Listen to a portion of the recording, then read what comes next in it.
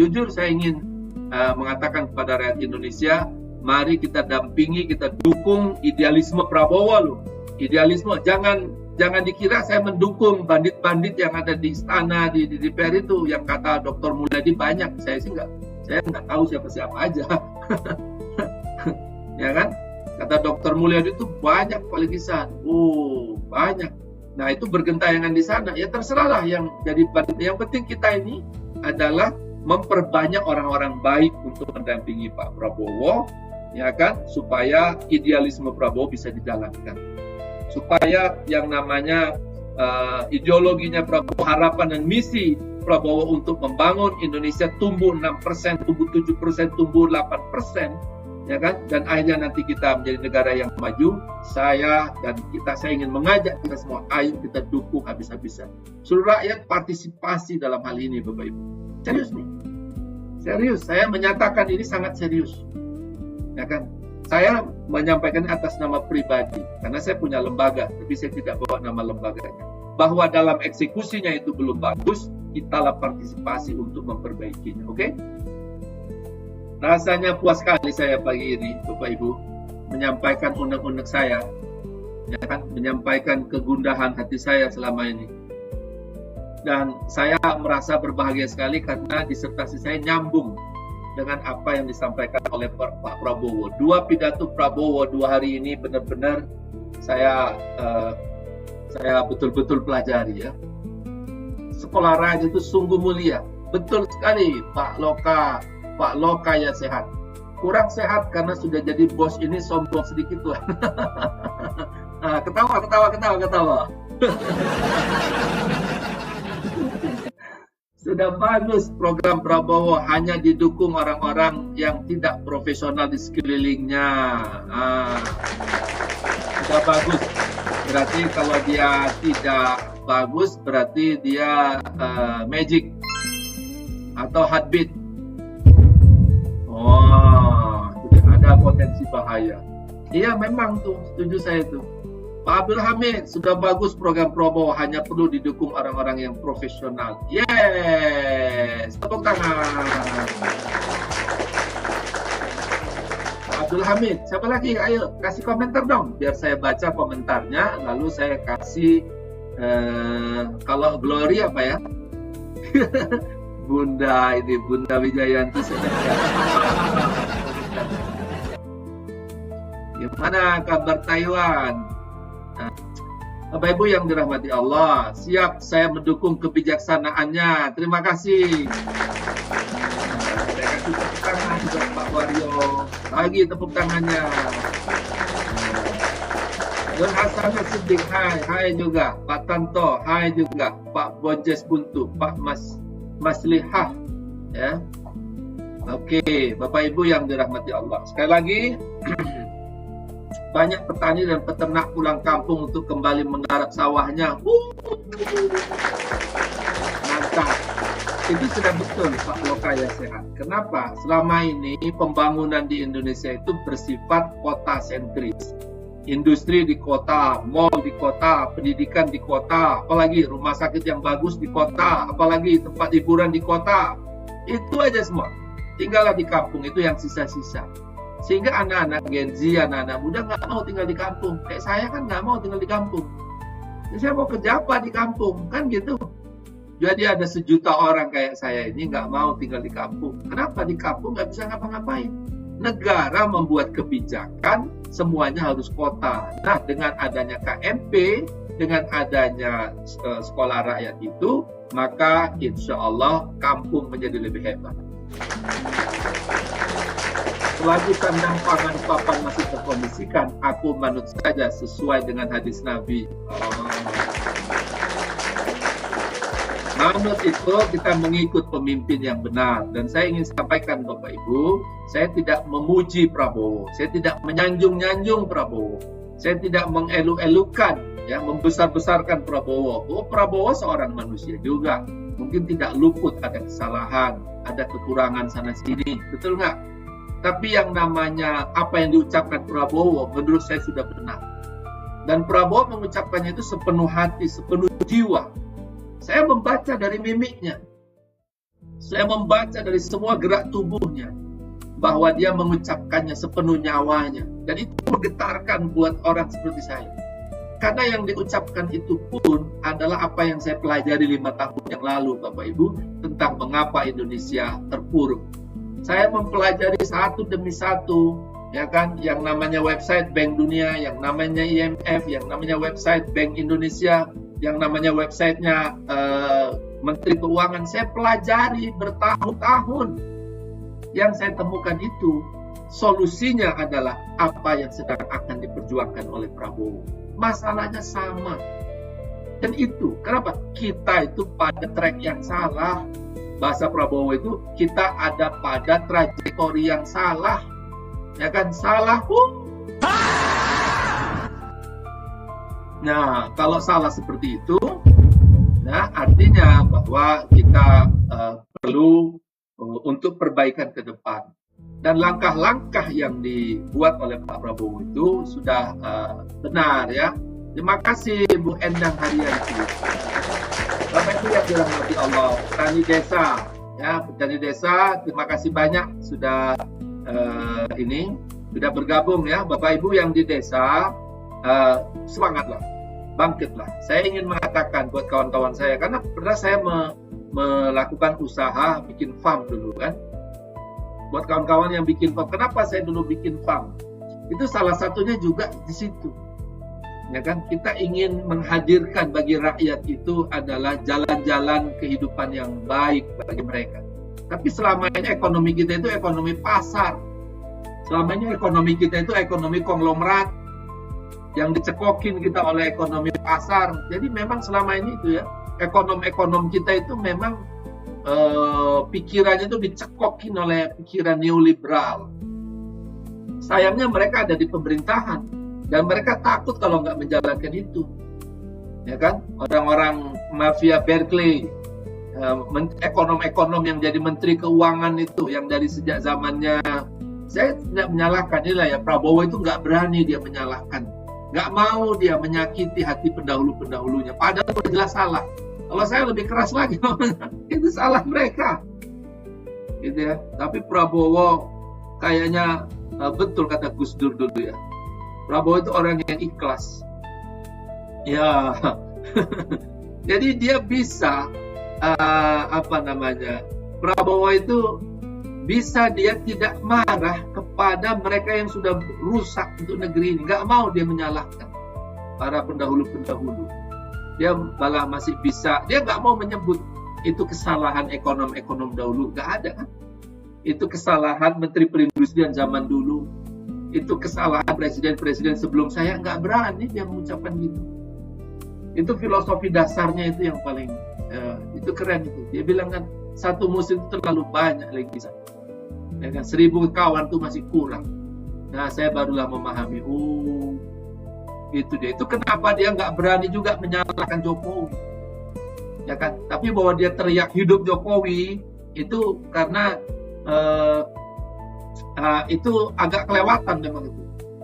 Bukan agak, sangat kelewatan. Seharusnya tidak begitu kan? Dengan dia mengatakan hidup Jokowi itu seolah-olah dia berhadapan dengan mereka yang anti Jokowi. Salah juga. Memang kalau itu disebut dengan trik politik, ya, trik politik itu artinya memang kan di negara kan 10 tahun kan Jokowi itu memerintah sehingga pasukannya itu ada di semua tempat, ada di semua bidang kan gitu. Kalau dia benar-benar bertabrakan langsung dengan mereka itu berat juga. Nah, di situ dia ingin udahlah saya tidak memusuhi mereka, tapi saya ajak mereka bertobat. Gitu. Nanti hukum yang akan menghukum mereka. Memang satu persatu aja dipanggil kan. Gitu. Jadi Prabowo tidak akan membela. Dia dorong itu kejaksaan, dia dorong KPK, tangkap mereka. Dan saya tidak akan membelanya. Meskipun itu orang Gerindra, meskipun itu menteri saya, meskipun itu wakil menteri saya. Jadi Prabowo ini bisa ketolongan juga, mengangkat menteri yang nggak becus, mengangkat wakil menteri yang koruptor. Kan ada kemarin kan, begitu diangkat wakil menteri langsung dipenjara. Kenapa? Memang jelas-jelas. Jadi saking banyaknya orang yang kelihatannya keren, kelihatannya pakai jas, pakai dasi, baik hatinya, punya integritas, pintar dia, tahu-tahu koruptor dia. Banyak orang kayak gitu masalahnya. Jadi Prabowo pun bisa kecolongan juga. Jadi jangan salahin Prabowo-nya. Saya kemarin bilang memang Prabowo ini timnya ini tim 5%. Bagaimana mungkin ya kan yang 5% bisa mencapai 8%? Memang saya pun mengatakan perkataan saya itu tidak salah, itu benar. Bahwa Prabowo itu harusnya mengangkat tim yang diubah dong timnya. Jangan tim yang lama terus. Sekali lagi saya mengatakan tim yang 5% itu tidak akan bisa untuk bisa mencapai 8%. Ya kan? Nah, tetapi kalau tim yang 5% itu kemudian tobat, nggak korupsi lagi, tobat dia nggak nepotisme lagi, tobat dia membuat harus dari kebijakan yang salah, membuat kebijakan yang benar, mendengarkan aspirasi rakyat, berjuang untuk rakyat, bisa jadi memang akan berbalik. Tim yang 5% membenahi diri menjadi tim 8%. Tapi memang kalau kita ingin cepat, memang harusnya tim 5% diganti yang 8%. Tapi kan ada kadang-kadang kecolongan juga kan, yang tampaknya orang itu berapi-api, ya kan, idealismenya, kehebatannya, pintarnya, membela rakyatnya, berpegang pada kebenaran, begitu diangkat, kecolongan. Jadi biarkan aja waktu yang akan membuktikan. Ya, tapi Prabowo setiap waktu dia akan gedor, dia akan dorong, ya, seluruh pejabat di kementerian, di kepolisian, di TNI, juga di DPR untuk ikut bersama-sama ini. Menurut saya ini satu langkah yang sangat bijak, ya, super bijak. Entahlah kalau besok Prabowo melakukan blunder apa, kita nggak tahu lagi. Yang jelas per hari ini saya mendengarkan dua pidatonya Prabowo yang sangat hebat, yaitu Prabowo pidato di depan peresmian KMP kemarin, 1061 KMP, Koperasi Merah Putih yang diresmikan oleh Pak Ferry kan, Menteri Koperasinya, dan juga yang namanya ini kemarin pidato untuk arah rancangan anggaran belanja negara. Dua pidato itu super keren. Ini pidato yang saya harapkan, saya impi-impikan ada di Presiden Indonesia. Jujur dulu Presiden sebelumnya itu begitu dengan pidato pada saat pelantikannya, saya ngenes betul. Aduh, kalau kayak gini presidennya 10 tahun lagi kita bakal hancur, bakal rusak. Nah, apa yang saya bayangkan itu sebenarnya bukan doa, itu kekhawatiran, tapi kekhawatiran itu terjadi. Nah, Prabowo mewarisi semua belepotannya itu hari ini. Belepotan semuanya Bapak Ibu. Tapi sebetulnya bukan cuma 10 tahun ini. Bahkan 10 tahun sebelumnya, bahkan 10 tahun sebelumnya, bahkan 10 tahun sebelumnya. Tapi Prabowo tidak ingin menyalahkan semua itu. Prabowo ingin kita semuanya hari ini sudahlah, kita tidak menyalahkan mereka yang sudah meninggal, yang membuat keputusan zaman dulu. Hari ini ayo sama-sama kita perbaiki. Kamu yang masih hidup dan ada kekuasaan itu, tobatlah. Kamu yang masih hidup tapi ikut merusak negeri ini, tobat kamu. Pengusaha kamu, tobat kamu. Pengusaha tambang tapi nggak punya kepedulian untuk reklamasi, tobat kamu. Reklamasi itu. Kamu bikin usaha perkebunan, nggak ada ini, nggak bayar pajak, nggak bayar ini, tobat kamu. Kamu mengeksploitasi alam, kamu rusak, tobat kamu. Nah, Prabowo itu ingin ngomong kayak gitu kepada semua yang perusak-perusak negeri ini. Hei penegak-penegak hukum yang salah-salah, hei maling-maling, ya, hei pecundang-pecundang, hei koruptor-koruptor. Prabowo itu ngomong kayak gitu. Dan itu udah diucapkan. Ya. Nah, saya bisa memahami apa yang diucapkan Pak Prabowo. Ya, kalau kemarin Pak Amin Rais itu betul-betul mengkritik ya tentang adanya sikap timnya Prabowo. Nah, kalau timnya ada salah-salah seperti itu, kita protes nggak apa-apa, ya kan? Contoh orang-orang MBG, mana di jajaran MBG itu yang coba-coba melakukan korupsi, foto kemarin udah dibilang tuh oleh Prabowo. Rakyat Indonesia, kalau kalian melihat TNI, Polri atau pejabat pemerintah melakukan korupsi nyata-nyata, foto, video. Kalau kamu lawan, itu kamu ditendang. Kira-kira gitu. Ya, nah foto, laporkan, viralkan. Dan itu artinya apa?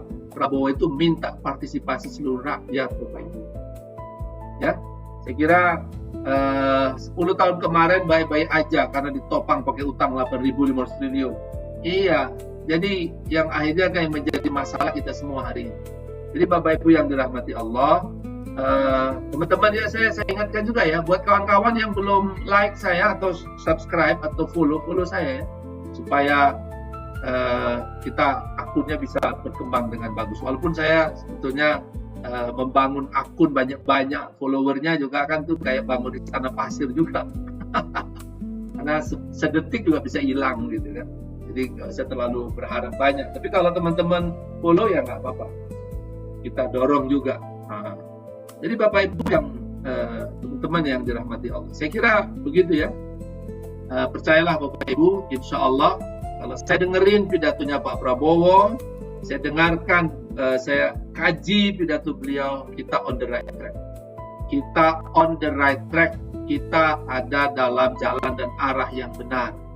Bahwa jalan kita masih berlobang-lobang, ya itu juga diakui Prabowo. Keren kok pidatonya Bapak Ibu, dengerin dong. Saya itu dengar pidato itu sampai nitiskan air mata saya. Wih, keren banget ini orang pidatonya. Serius, karena saya ini kan tukang pidato ya. Saya tukang pidato, saya itu tukang ceramah, saya tukang training. Saya tahu betul bagaimana membangun struktur bicara itu.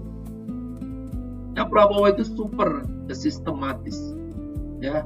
Tahu dia menggabungkan antara yang teks dengan yang ucapan. Tahu dia mengucapkan dengan penuh keyakinan, ya. Nah, itu. Nah, oleh karena itu saya acungi jempol kepada Pak Prabowo. Dan mudah-mudahan rakyat Indonesia bisa memahami ini dan seluruh pejabat-pejabat dan elit-elit politik di Indonesia itu bisa tobat. Amin ya Rabbal Alamin. Ya, amin ya Rabbal Alamin, Pak Wario. Jadi Bapak Ibu teman-teman semuanya, ini program kita ini setiap pagi Pak Lokasi. Saya umumkan ya buat Bapak Ibu, Pak Wario, Pak Nenek Gaul. Wah, hebat juga Ibu Nenek Gaul ini. Ibu Vanessa, amin ya. Kita ini programnya setiap hari. Setiap hari itu artinya itu setiap jam 5:30 pagi ya, setiap 5:30 pagi kita mulai sampai jam 6:30 paling lama, tapi hari ini sudah 2 jam. Sudah dulu ya Bapak Ibu, cukup ya. Makasih ya, maaf lahir dan batin, semoga yang baik benar dari Allah, yang salah dari saya. Kita jumpa besok pagi lagi, yaitu pada pukul 5:30. Demikian, wallahu muwaffiq ila aqwamit thoriq, billahi taufiq wal hidayah. Wassalamualaikum warahmatullahi wabarakatuh.